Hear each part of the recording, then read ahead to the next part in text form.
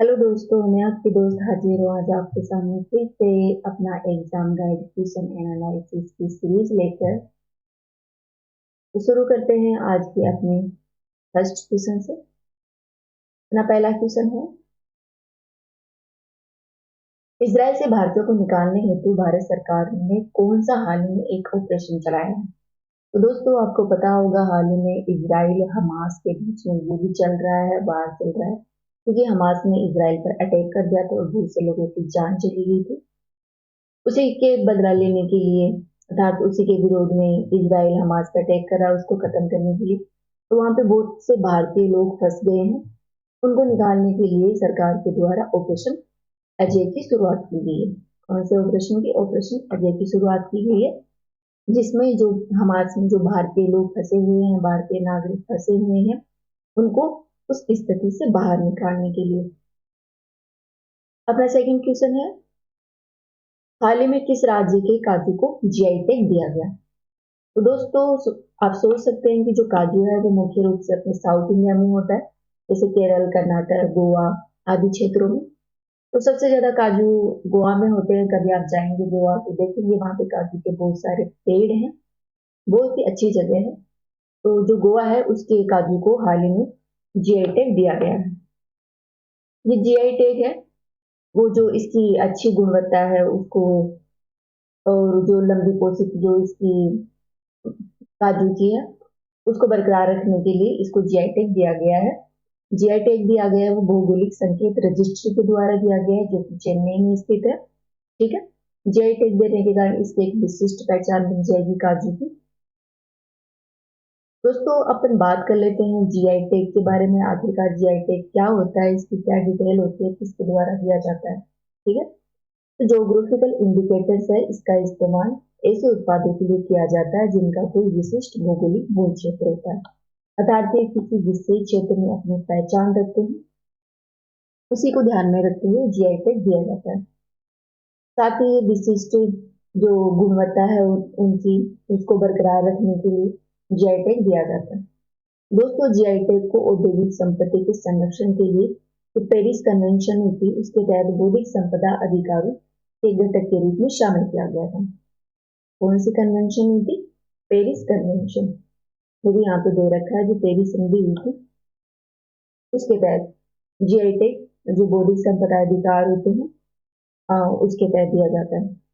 दोस्तों, अंतर्राष्ट्रीय स्तर पर जो जीआई है उसका विनियमन कौन करता है? वर्ल्ड ट्रेड ऑर्गेनाइजेशन है, उसकी एक संस्था है ट्रिप्स, उसके द्वारा किया जाता है। ट्रिप्स है वो रिलेटेड, ट्रेड रिलेटेड जो चीजें होती हैं, इंटेलेक्चुअल प्रॉपर्टी राइट एक होता है, और इंटेलेक्चुअल प्रॉपर्टी राइट होता है ट्रिप्स, उसी के तहत दिया जाता है बौद्धिक संपदा अधिकारों के व्यापार संबंधी पहलुओं के लिए।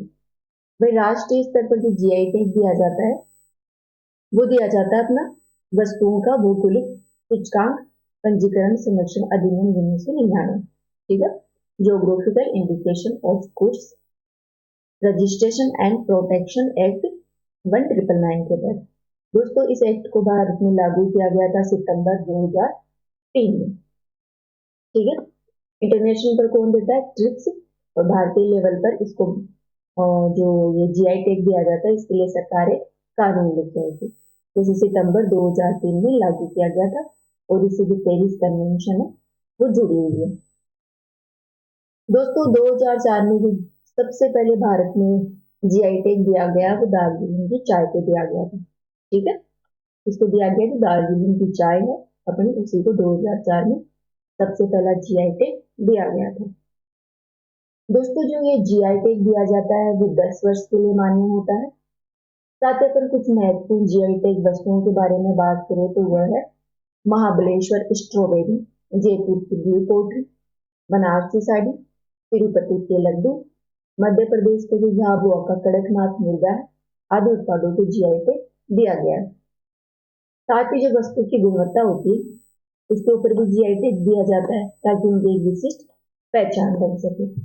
बात करते हैं कांगड़ा की पेंटिंग, नागपुर का संतरा, कश्मीर का पश्मीना आदि को भी जो महत्वपूर्ण जो उत्पाद है उनको जीआई टैग दिया गया है।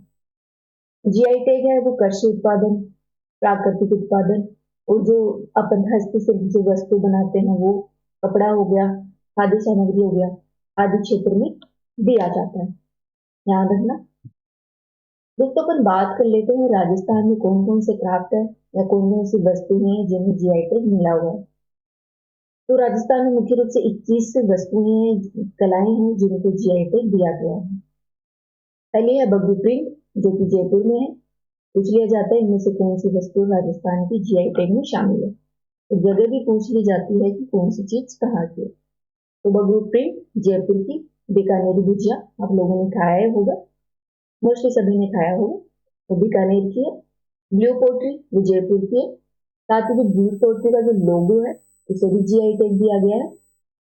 कठपुतली है, जो कठपुतली आर्ट होता है उसको, और जो उसका लोगो है उसको भी जीआई टैग दिया गया है।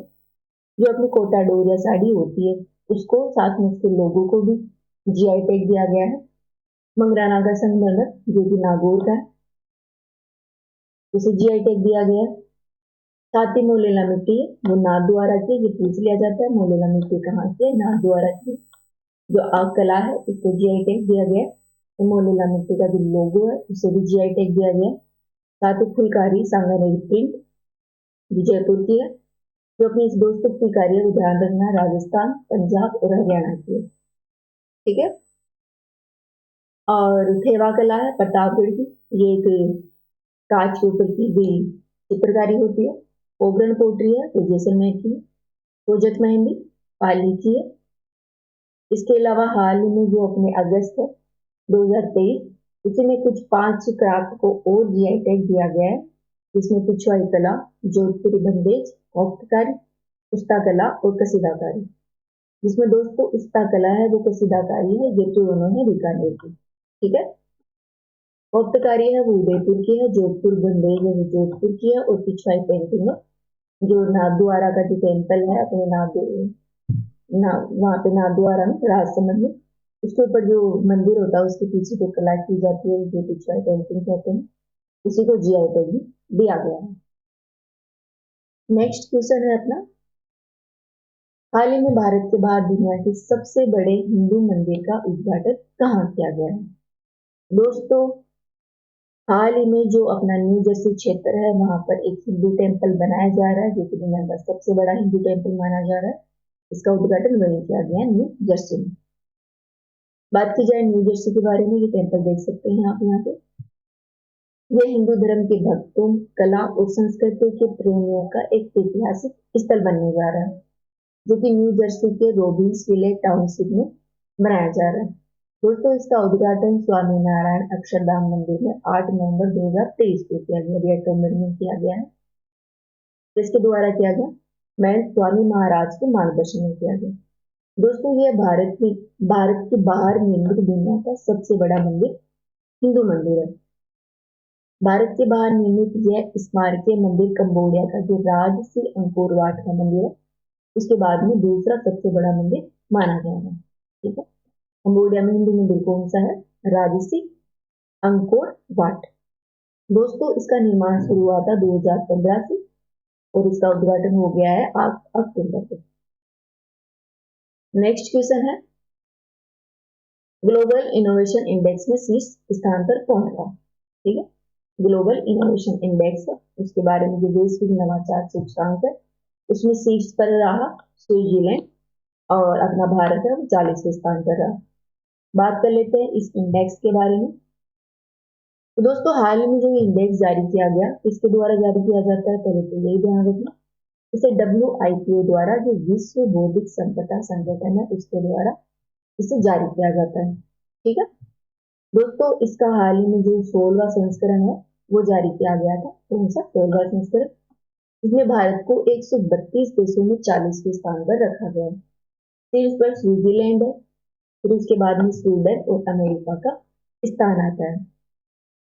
दोस्तों भारत को 2021 में 46वां स्थान, 2015 में 18वां स्थान और 2022 में 40वां स्थान मिला था, और 2023 में भी 40वां स्थान मिला।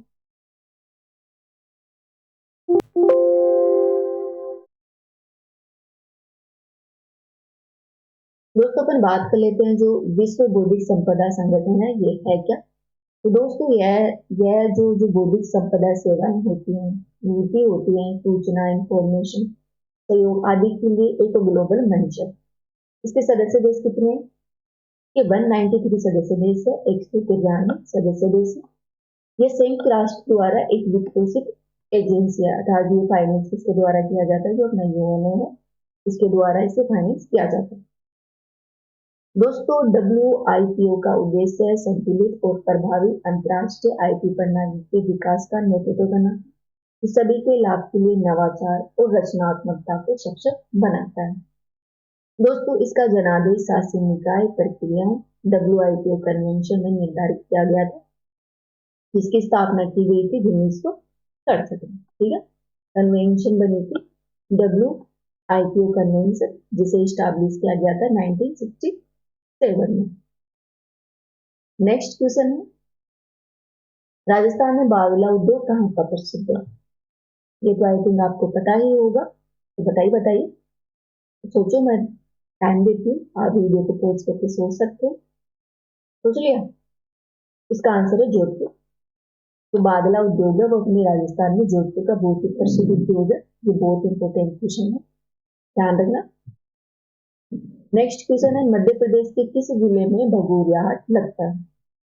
इस क्वेश्चन को मैं आपके लिए छोड़ रही हूँ, आप मुझे कमेंट सेक्शन में बताना इसका आंसर क्या होगा। नेक्स्ट क्वेश्चन की चर्चा करते हैं, बोध गया कहाँ स्थित है? बोध गया के बारे में कौन कौन जानता है?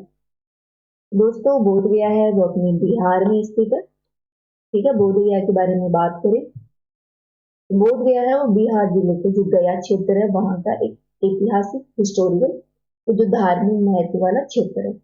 दोस्तों बोध गया है वो भगवान बुद्ध से जुड़ा हुआ है। जो बोधि वृक्ष है उसके नीचे बोध गया में भगवान बुद्ध को ज्ञान की प्राप्ति हुई थी। बोध गया में प्रतिवर्ष प्रबुद्ध सोसाइटी इसके द्वारा ज्ञान और सम्मान समारोह का आयोजन किया जाता है। ध्यान रखना, यह जो बोध गया है वो नेशनल हाईवे 83 पर स्थित है। इंपोर्टेंट फैक्ट यह है कि इसे 2002 में यूनेस्को विश्व धरोहर घोषित किया गया था। ठीक है, क्या घोषित किया गया था? 2002 में यूनेस्को हेरिटेज स्थल इसे घोषित किया गया था। It is very important fact. Next question है अपना, निम्नलिखित में से सहायक संधि पर हस्ताक्षर करने वाला पहला राज्य कौन था? ठीक है, ध्यान रखना, जो वेलिगोली की सहायक संधि है उस पर सिग्नेचर करने वाला पहला राज्य कौन सा था? तो पहला राज्य अपना हैदराबाद। ठीक है दोस्तों, वेलिगोली की सहायक संधि है वो भारतीय उपमहाद्वीप में लॉर्ड वेलिगोली ने शुरू की थी ताकि वो अंग्रेजी राज्यों का विस्तार कर सके। ये एक प्रकार की संधि है जो ब्रिटिश ईस्ट इंडिया कंपनी और जो भारतीय रियासत थी उनके बीच में की गई थी। जो राजा महाराजा थे उनके बीच में यह संधि वेलिगोली ने शुरू की थी। इस शब्द का सबसे पहले प्रयोग किया था फ्रांसीसी गवर्नर जनरल मार्किस डुप्लेक्स ने। दोस्तों लॉर्ड वेलिगोली की सहायक संधि को स्वीकार करने वाला प्रथम जो भारतीय निजाम था वो हैदराबाद का था। भारतीय हैदराबाद का जो निजाम था उसने स्वीकार किया था। कब किया था? 1798 में। ठीक है, इसके अलावा वेलिगोली की सहायक संधि को स्वीकार करने वाला अवध के नवाब थे, जिन्होंने नवंबर 1801 में साइन की थी। पेशवा बाजीराव द्वितीय ने दिसंबर 1801 में, मैसूर और तंजौर के जो राजा थे उन्होंने 1799 में, बरार के जो भोसले थे उन्होंने 1803 में, और ग्वालियर के जो सिंधिया थे उन्होंने फरवरी 1804 में जो वेलिगोली की सहायक संधि है उसको स्वीकार किया। इसके अतिरिक्त जोधपुर, जयपुर, मल्लेच, बूंदी, भरतपुर रियासतों के जो नरेश थे उन्होंने भी सहायक संधि को स्वीकार किया। पूछ लिया जाता है ऑप्शन में कि इनमें से कौन कौन से क्षेत्र है जिन्होंने वेलिगोली की सहायक संधि पर सिग्नेचर किए थे। ध्यान रखना, अवध के नवाब पेशवा बाजीराव द्वितीय, मैसूर तंजौर के शासक बरार के भोसले और ग्वालियर के सिंधिया, साथ ही जोधपुर, जयपुर, मल्लेश, बूंदी, भरतपुर आदि रियासतों के नरेशों ने इस संधि को स्वीकार किया। दोस्तों इस संधि की विशेषता क्या थी? इस सहायक संधि में कहा क्या गया था उसके बारे में देखा जाए तो अंग्रेजों के साथ जो सहायक संधि करने वाले शासक थे उनको अपने स्वयं के शस्त्र बल से उनको भंग करना पड़ा और अपने क्षेत्र में एक ब्रिटिश सेना को स्वीकार करना पड़ा। अर्थात जो भारतीय शासकों के पास जो भी सेना थी उनको उन्होंने खत्म कर दिया और जो ब्रिटिश सेना थी उसको अपनी सेना में शामिल करना पड़ा। साथ ही भारतीय शासकों को ब्रिटिश सेना को भुगतान भी करना पड़ता था क्योंकि वो ब्रिटिश की सेना रख रहे थे, इसलिए उसका उनको वेतन वगैरह भी देना पड़ता था। अगर वह भुगतान करने में असफल रहते हैं तो उनके क्षेत्र में एक भाग को अंग्रेजों को सौंप दिया जाता था। ठीक है, ये थी सहायक संधि। साथ ही इसके बदले में अंग्रेज थे वो क्या करते थे, विदेशी आक्रमणों से रियासतों की रक्षा करेंगे। साथ ही जो आंतरिक विद्रोह है जो रियासतों में होगा, भारतीय रियासतों में, उसकी अंग्रेज रक्षा करेंगे। अंग्रेजों ने भारतीय रियासतों के आंतरिक मामलों में हस्तक्षेप न करने का वादा किया सहायक संधि के तहत। हालांकि अंग्रेजों ने इसका पालन कम ही किया। भारतीय शासक किसी भी अन्य विद्रोही शक्ति से संधि नहीं कर सकते थे सहायक संधि के तहत। इसके अलावा बिना अंग्रेजों की अनुमति के एक रियासत दूसरी रियासत से राजनीतिक संपर्क नहीं बना सकते थे। देख सकते हैं आप, अंग्रेजों ने भारत को कितना तोड़ने का काम किया इस सहायक संधि के थ्रू। साथ ही सहयोग पक्ष के जो भू क्षेत्र में एक ब्रिटिश सैनिक टुकड़ी भी तैनात करनी होती थी एक सहायक संधि के तहत। ठीक है दोस्तों, इस सहायक संधि के परिणाम ये निकले कि जो भारतीय रियासत थी वो तहस नहस हुई, उसके विदेशी संबंध खत्म हो गए, सेना नहीं गई तो फिर वो ब्रिटिश के रक्षक बन गए और जो भारतीय न्यायालय में एक रेजिडेंसी ब्रिटिश रेजिडेंसी भी तैनात की। ये इसके परिणाम निकल कर आए। अब अपना अगला क्वेश्चन है, भारत के सबसे युवा राष्ट्रपति कौन है। दोस्तों, हाल ही में जो द्रौपदी मुर्मू है अपनी जो 15वीं राष्ट्रपति बनी है वो भारत की सबसे युवा राष्ट्रपति है। इससे पहले ये कौन थे, नीलम संजीव रेड्डी। ठीक है दोस्तों, द्रौपदी मुर्मू है वो भारत की दूसरी महिला राष्ट्रपति और प्रथम आदिवासी महिला राष्ट्रपति। भारत की दूसरी महिला ये राष्ट्रपति है तो प्रथम अपनी जो महिला राष्ट्रपति थी वो प्रतिभा देवी सिंह पाटिल थी। द्रौपदी मुर्मू है वो भारत की 15वीं राष्ट्रपति बनी है और ये सबसे युवा राष्ट्रपति है। इससे पहले ये रिपोर्ट था नीलम संजीव रेड्डी के पास था। ठीक है, अब कुछ महत्वपूर्ण तथ्य कर लेते हैं, चर्चा कर लेते हैं तथ्यों के बारे में जो राष्ट्रपति से जुड़े हुए हैं। पूछ लिया जाता है एग्जाम में, इज वेरी इंपॉर्टेंट फैक्ट। दोस्तों, अपने जो पहले राष्ट्रपति हैं वो डॉक्टर राजेंद्र प्रसाद थे। इसमें सोचने ध्यान रखने वाली बात यह है कि इनका सर्वाधिक कार्यकाल रहा है, अर्थात वो 12 वर्ष तक सबसे ज्यादा समय तक राष्ट्रपति के पद पर तैनात रहे। डॉक्टर जाकिर हुसैन है वो पहले भारत के मुस्लिम राष्ट्रपति बने थे। ठीक है, और एम हिदायतुल्लाह है वो राष्ट्रपति की शपथ लेने वाले एकमात्र सुप्रीम कोर्ट के जज थे। दोस्तों, क्या होता है कि जैसे राष्ट्रपति है अगर उनका पद खाली है तो राष्ट्रपति के तौर पर उपराष्ट्रपति काम करते हैं। अगर उपराष्ट्रपति का पद भी नहीं है तो फिर सुप्रीम कोर्ट के जो जज होते हैं, सीजीआई होते हैं, वो राष्ट्रपति के पद पर कार्यरत होते हैं।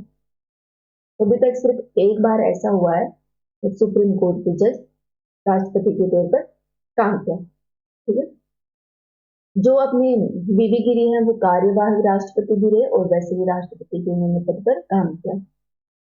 कार्यकाल के दौरान जो अपने राष्ट्रपति का निधन हुआ वो दो व्यक्ति थे, जाकिर हुसैन, डॉक्टर जाकिर हुसैन और फखरुद्दीन अली अहमद। ठीक है, कौन थे, जाकिर हुसैन, फखरुद्दीन अली अहमद, दो लोग थे।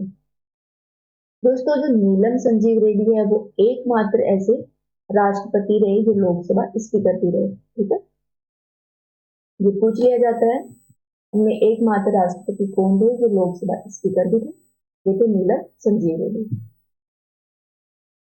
इसके अलावा जो अपने ज्ञानी जय सिंह थे, शंकर दयाल शर्मा थे, बीडी जट्टा थे, वो अन्य राज्यों के मुख्यमंत्री भी रहे।